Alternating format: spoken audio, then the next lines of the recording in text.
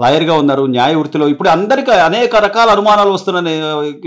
ప్రత్యేకమైనటువంటి ఒకే ఒక అనుమానం ఏంటంటే, ఆల్రెడీ ఇన్ని కేసుల్లో, ఇన్ని ఈడీ కేసులు గానండి, ఇన్ని వీటిల్లో ముద్దాయిగా ఉన్న వ్యక్తి, బెయిల్ మీద ఉన్న వ్యక్తి మరొక ముద్దాయినెళ్లి పలకరించే ఆవశ్యకత ఉందా? అసలు ఆ వెసులుబాటు ఉందా అని చెప్పి చాలామంది ఈ రోజున సోషల్ మీడియాలో అదొక క్వెషన్ రైజ్ చేస్తున్నారు. ఒక న్యాయవాదిగా మీ విశ్లేషణ ఏంటి దాని మీద?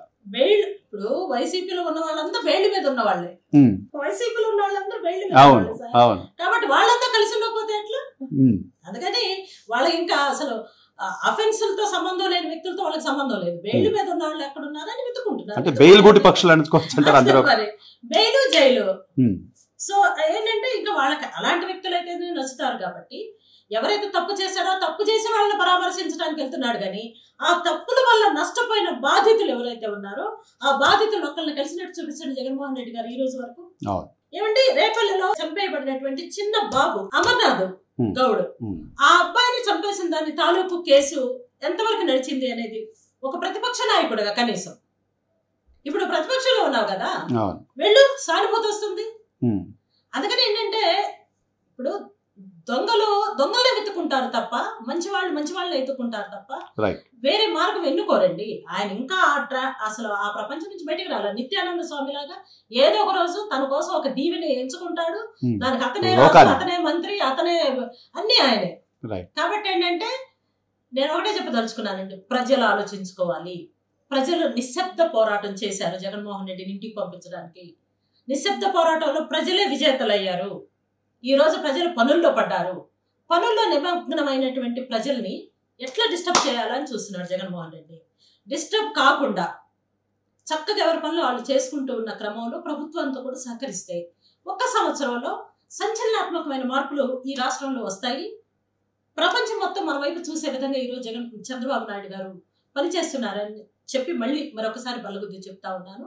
అసలు ఆయన ఏ దేశం వెళ్ళినా కూడా ఒక ప్రధానమంత్రి హోదాలో రిసీవ్ చేసుకునే ఆ విధానం ఏదైతే ఉందో మొత్తం తెలుగు జాతికి గర్వపడే విషయంగా నేను చెప్పదలుచుకున్నానండి. అందుకనే కదా మన పవన్ కళ్యాణ్ గారు, భువనేశ్వర్ గారు చేపట్టే ఈ ప్రజా సేవకు సంబంధించిన ఎన్టీఆర్ మెమోరియల్ ట్రస్ట్ కి సంబంధించి 50 లక్షలు ఇస్తానని ప్రకటించుకున్నారు.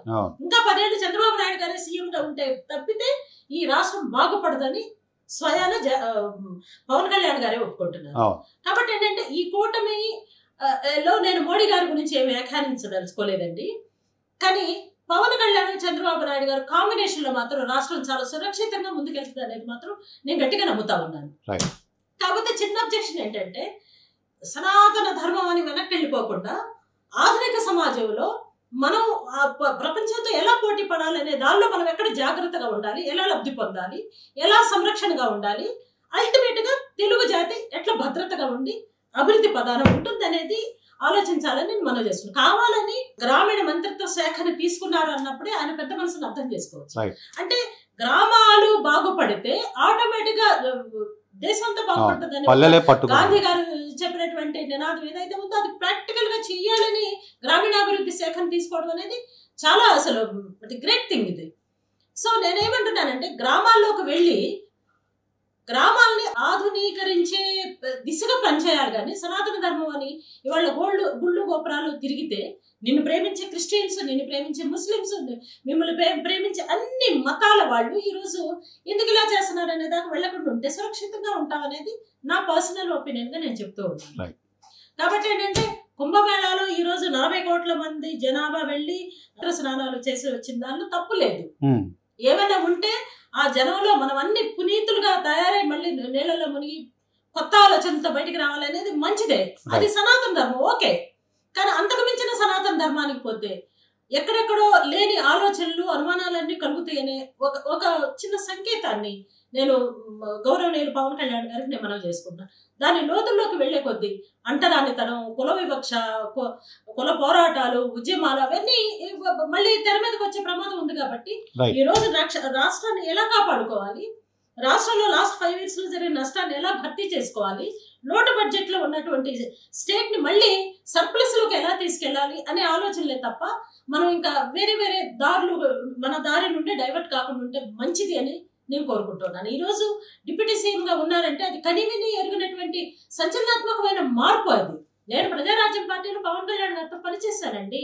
Right. కానీ I'm so happy for him. ఈ రోజు యువరాజ్యం నాయకుడిగా ఉన్న వాళ్ళు ఈ రోజు మొత్తం రాష్ట్ర తెలుగు జాతికి ఆయన ఉప ముఖ్యమంత్రి అయిన దానికి చాలా శ్రమ ఉంది. ఆ శ్రమలో మేము కూడా భాగస్వామ్యం అని చెప్పుకోవడానికి చాలా గర్వపడుతున్నాము. సో నేనేమంటున్నానంటే, నిన్ను నమ్ముకున్న అన్ని మతాల వాళ్ళు ఈ రోజు నీతో ప్రయాణం చేయడానికి, చంద్రబాబు నాయుడు గారితో ప్రయాణం చేయడానికి, ఈ కూటమి ప్రభుత్వంలో ఆంధ్రప్రదేశ్ మళ్ళీ ముందంజలో ఉండడానికి ఏం చేయాలి, ఈ అసాంఘిక శక్తులను మళ్ళీ పెరగకుండా ఉండడానికి ఏం చేయాలి అనే దాని మీద 24/7 మనం పనిచేయాల్సిన బాధ్యత ఉందని నేను